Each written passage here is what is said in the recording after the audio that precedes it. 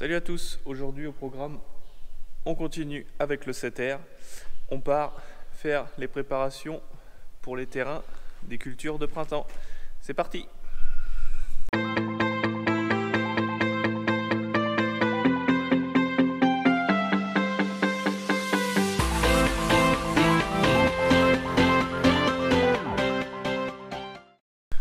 Donc, comme je l'ai dit, on prend le 7260. Mais petit changement de programme pour une des parcelles, on va la passer au Terrano.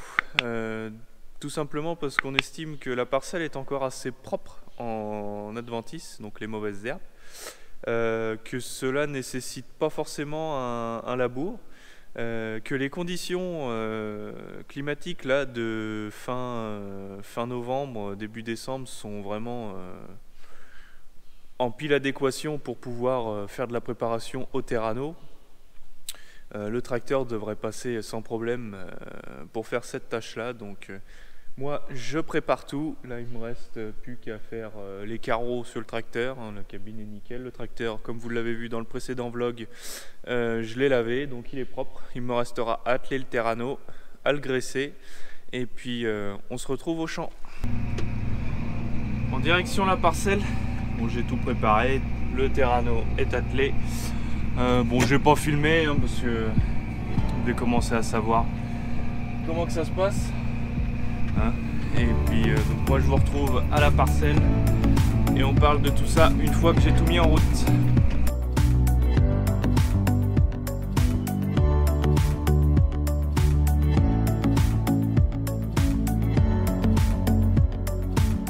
Bon, me voilà arrivé à la parcelle, donc comme vous pouvez le voir, j'ai commencé ce matin, là on est en début d'après-midi, j'ai commencé ce matin en faisant tous mes réglages d'outils, etc. Donc travail plutôt satisfaisant. Changement de stratégie également, cette parcelle là, je ne sais pas si vous vous souvenez, c'est la parcelle que j'ai broyée.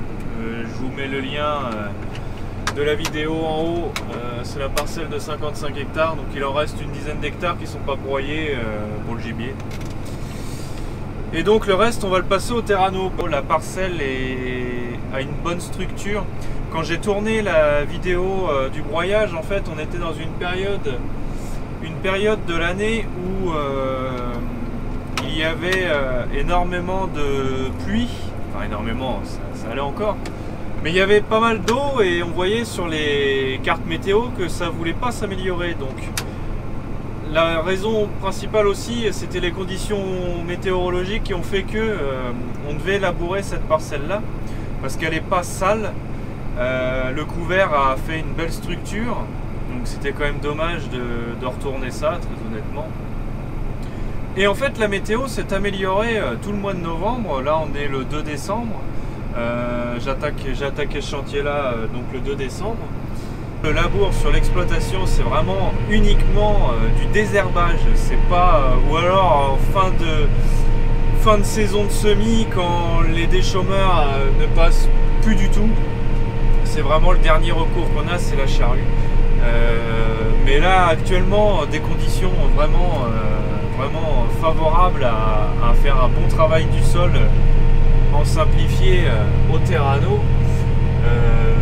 Donc, plutôt que de sortir la charrue, eh ben, on a préféré passer ça au Terrano. Voilà. Donc je précise que toute la surface prévue pour les cultures de printemps ne sera pas faite au Terrano. Il y aura une partie qui sera labourée, due vraiment à des champs extrêmement sales. Donc la raison pour laquelle ça sera retourné et un petit nettoyage de bord de parcelle avant. Et d'ici là, vous voyez, on est, comme je disais, le 2 décembre.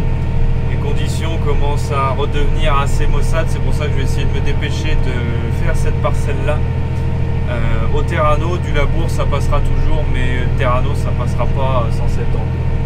Donc voilà, donc moi je continue mon chantier.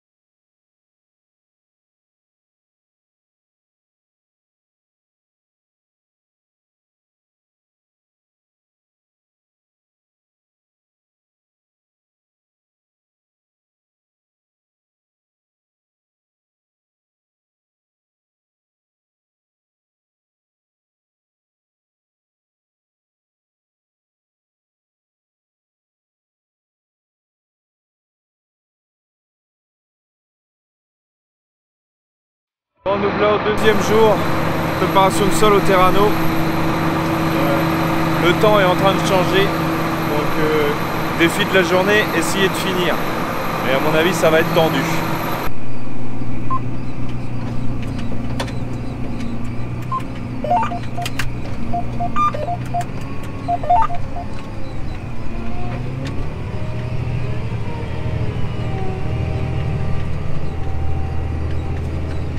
Pas la fête le loulou là.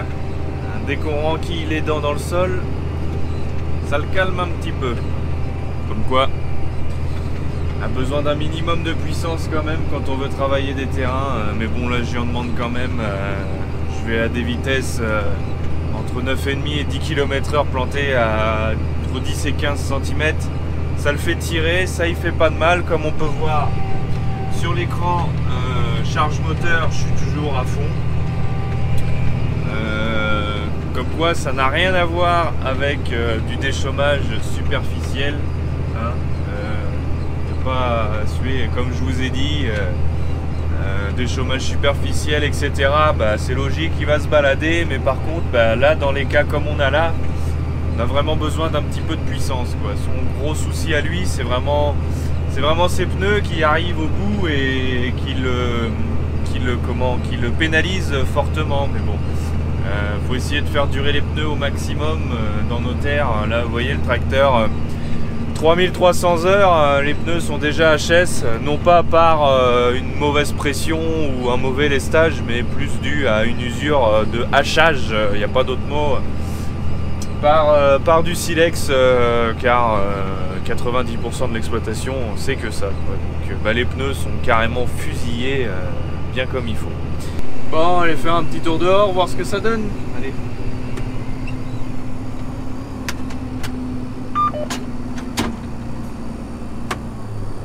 Bon, faut remettre les chaussures. Alors, bon, il y a un petit peu de vent, mais je pense pas que ça gêne au micro. Comme vous pouvez le voir, j'ai laissé les bavettes sur le tracteur.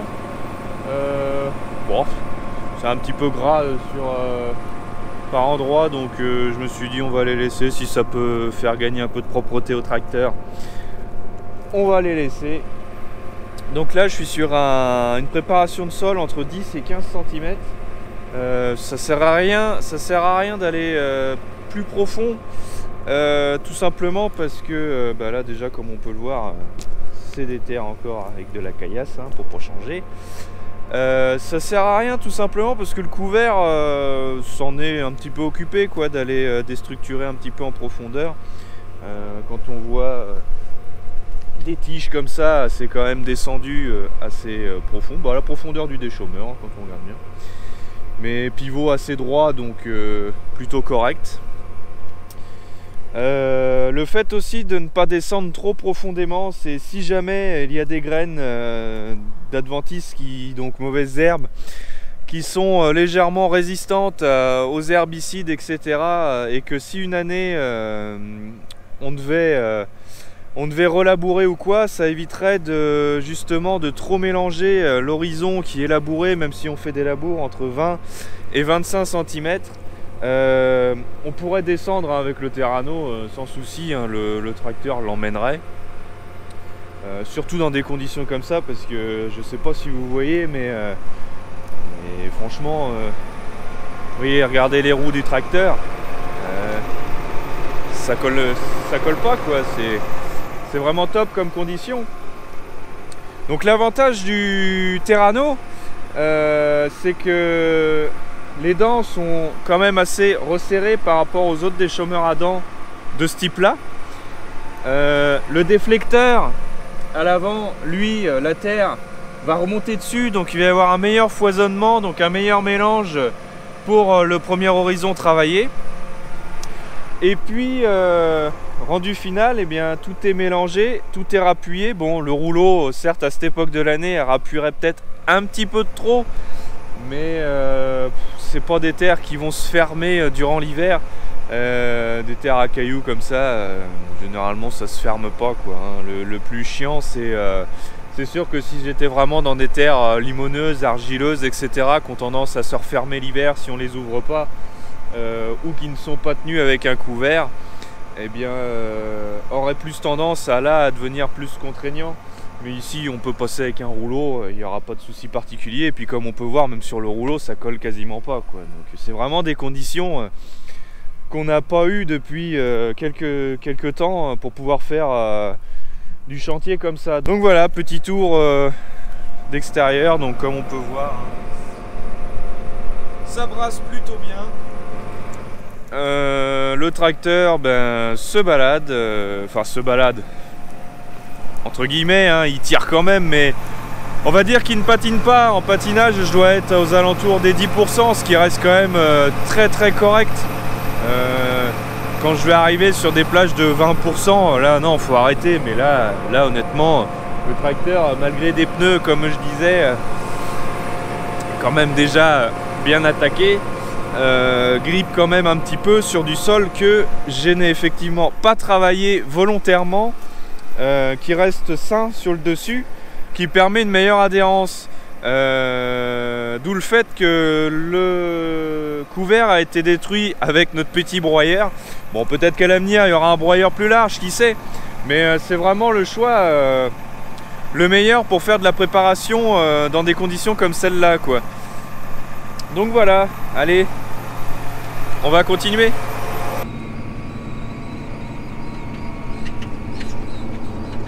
Bon, j'aurais pas réussi à finir avant la pluie, donc on va voir combien qui va tomber et puis ça décidera si je continue au Terrano ou si j'attaque l'autre partie des travaux à la charrue. Donc voilà. Bon, suite de la vidéo, donc nous revoilà 3-4 jours après.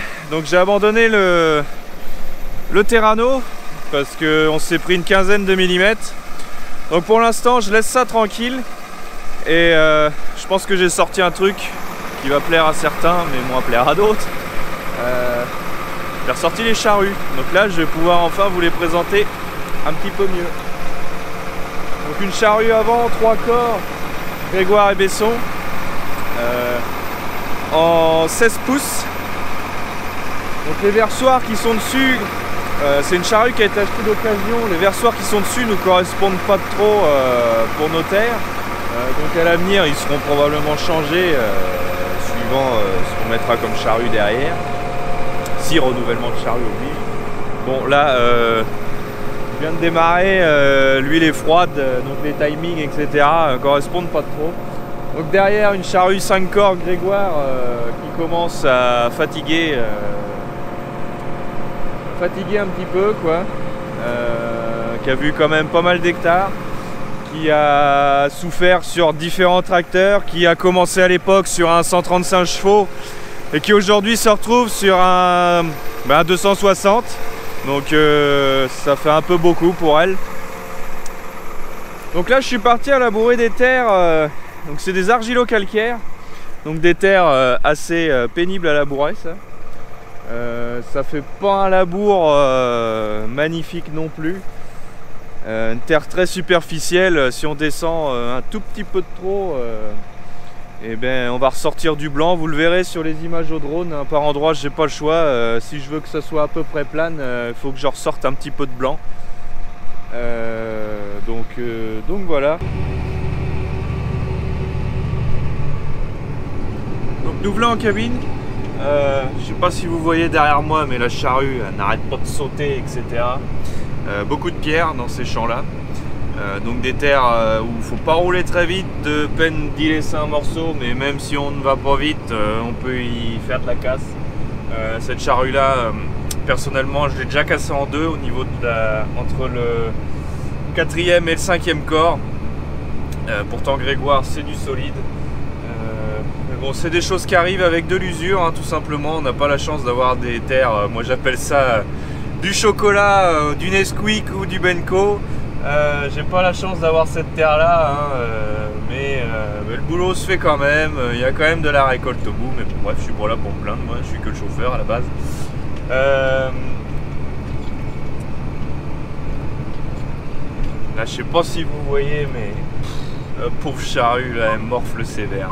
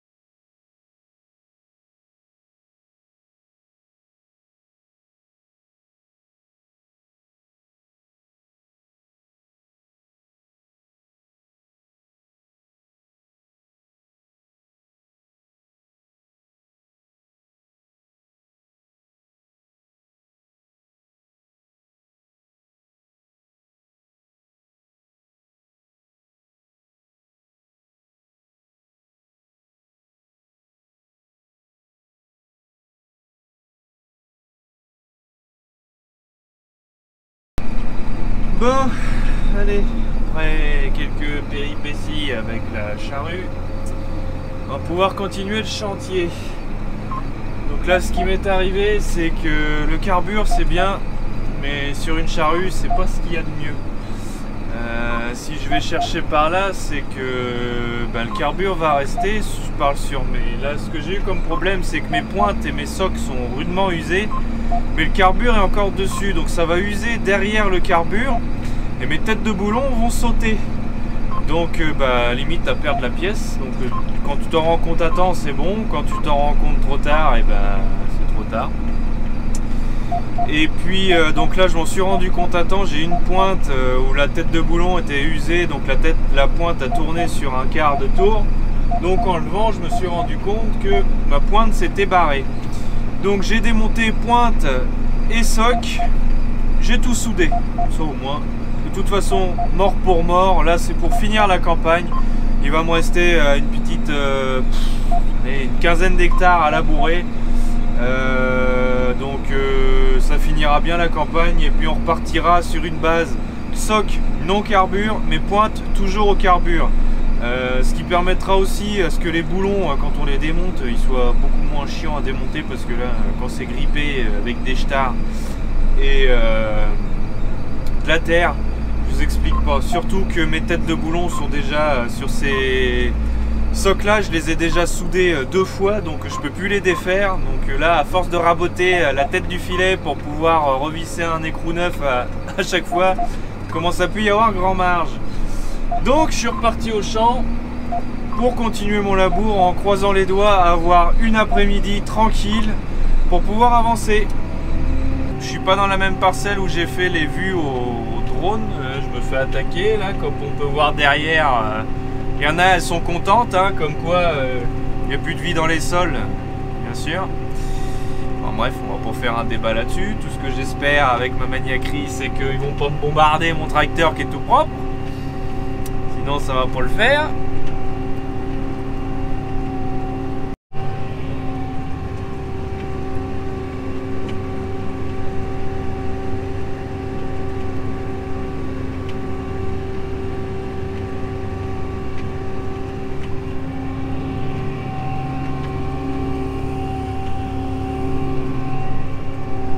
Je crois qu'on est encerclé là.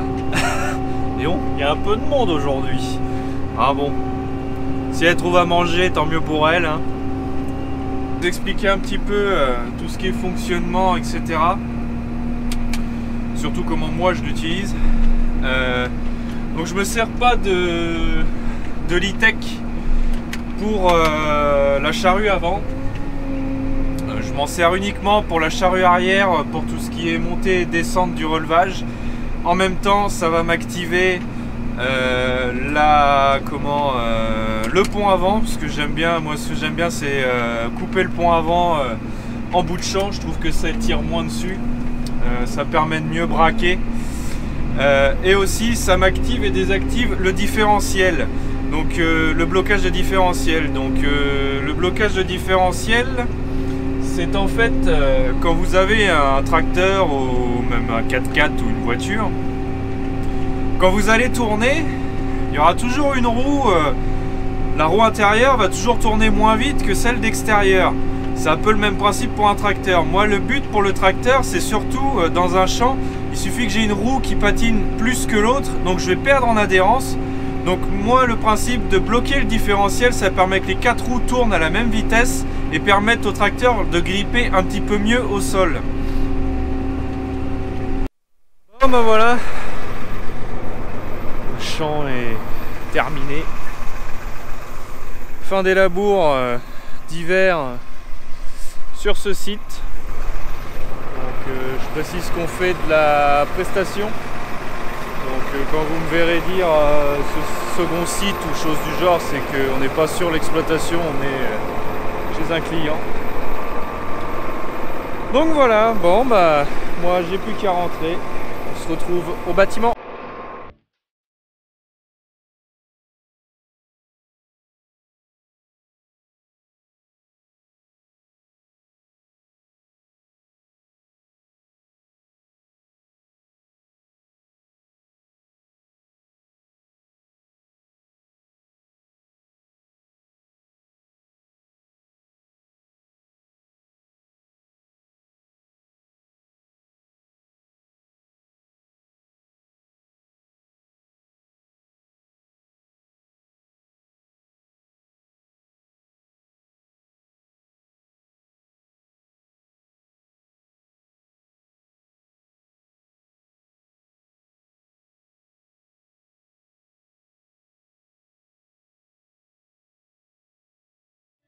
Bon, me voilà arrivé sur l'exploitation. Donc comme vous l'avez vu dans le timelapse, assez compliqué à circuler dans le secteur. Bon là j'étais aux alentours de 17h, 17h30, donc sortie de collège, sortie d'école, etc. Donc pas mal de monde sur la route. Donc voilà, mais bon, arrivé à bon port quand même, il n'y a pas de raison.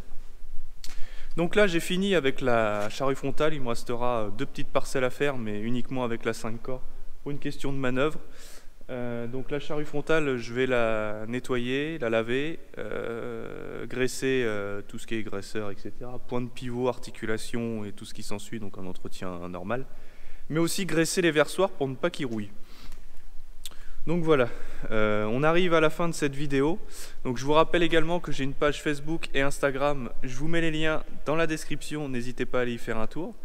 Et aussi à vous abonner, ainsi qu'à ma chaîne YouTube. Et de liker, de partager la vidéo. Et j'espère que cette vidéo va vous plaire. Moi, je vais continuer. Je vous dis à la prochaine dans une nouvelle vidéo. Sur ce, salut!